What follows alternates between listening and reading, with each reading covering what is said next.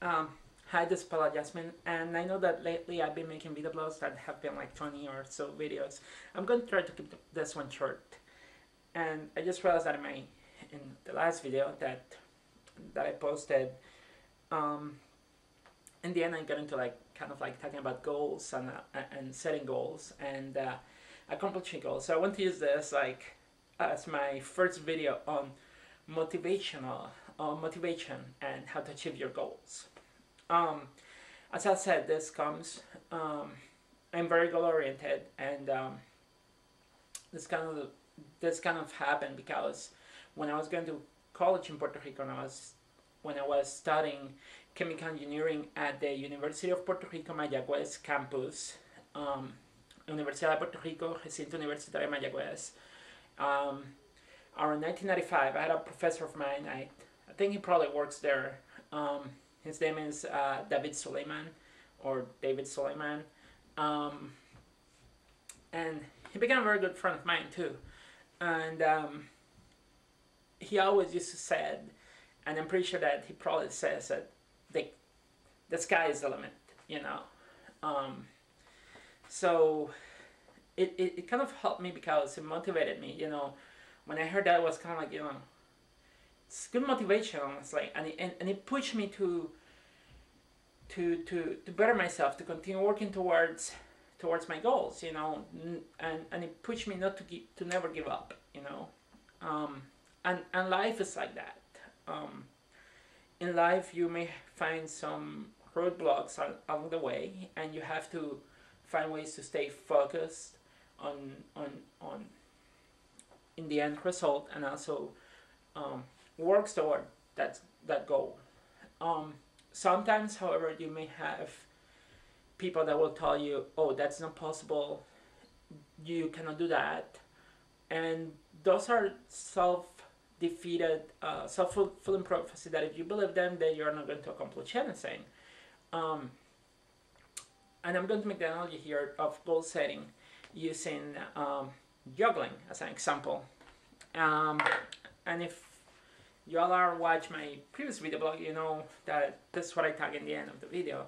When I was younger, I used to watch a lot of circus shows on TV. There was a circus show where they showed different acts in different circuses, in a circus, and I used to watch that, and I was always impressed by the jugglers, and I've been curious to learn how to juggle for quite a long time. And when I was in my last year of high school, I started with balls, learning how to juggle balls, and I learned how to do the basic cascade pattern. I discovered on my own back in that time. This is around 1992, 1993. The internet wasn't too much as it is today, so there wasn't, for me, I didn't know where to find sources of learning how to do that, basically. And I regret that because otherwise I could have been practicing more and more back then, you know.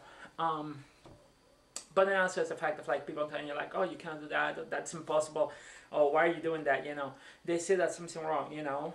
And sometimes when you find a goal that you are passionate about, that you care, you have to want it a lot, and it does, and you shouldn't pay attention to those people that tell you that, or you're never going to achieve it, you're never going to do it. You know, you have to believe in yourself first to be able to do it and get to where you want to be. Same thing was when I decided to learn this. You know, mentally, there's always a mentality. Well, whenever I show people what I do, it's like, oh, I don't think I can do it. They start with the wrong mentality. You know, I don't think I can do it. That's it. That's a mentality that they start with, and that's almost when you're pursuing a goal, you may think like, I don't know if I can do it. You know, there's always that fear that you can't do it. So the first thing is like you have to remove that mentality, and once you remove that mentality, the rest is like to practice. You know, to practice, practice, and practice. And this is the thing. For me, learning how to do this, I started in 2010. When I started doing this, a lot of the times, that's what happened. My juggling pin fell to the floor. And a lot of people will say, well, maybe I'm not very good at this and maybe I can't make it, you know. Same thing with life, you know, you go into a career path. For example, when you're studying a particular field, you take classes and maybe you failed in one class or you didn't do as good as you expected, but you have to keep at it. You can't give up. What happens when I drop it out? That's what I did. Pick it up, try again. You know, that's how life works, you know. If you failed one, pick it up and try again, you know. Eventually, with practice and time, you get there. And I got there. Not only that, little by little, I decided to like try to do different tricks. I can do that trick. And let's see if I can do a double, which I'm not very good at yet. There we go. Yeah, I tried. Let's try one more time. Then I can keep it up and do a double. So let's see if I can this time. There we go. Next one, which one I can show? Under the leg.